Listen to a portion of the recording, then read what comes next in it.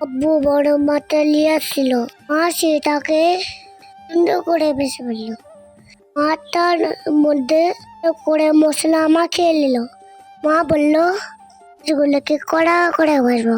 আমি বললাম যেমন করে ভাজো, আমি খাবো না। মা বললো কড়া করে করে ভাজবো, তুই খেয়ে নিবি।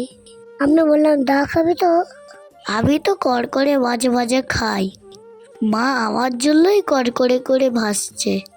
মা তুমি দায়ের জন্য ভাইছো, আমি কি করে ভাত খাবো? তুমি তাকে বেশি ভালোবাসো আর আমাকে ভালোবাসো না?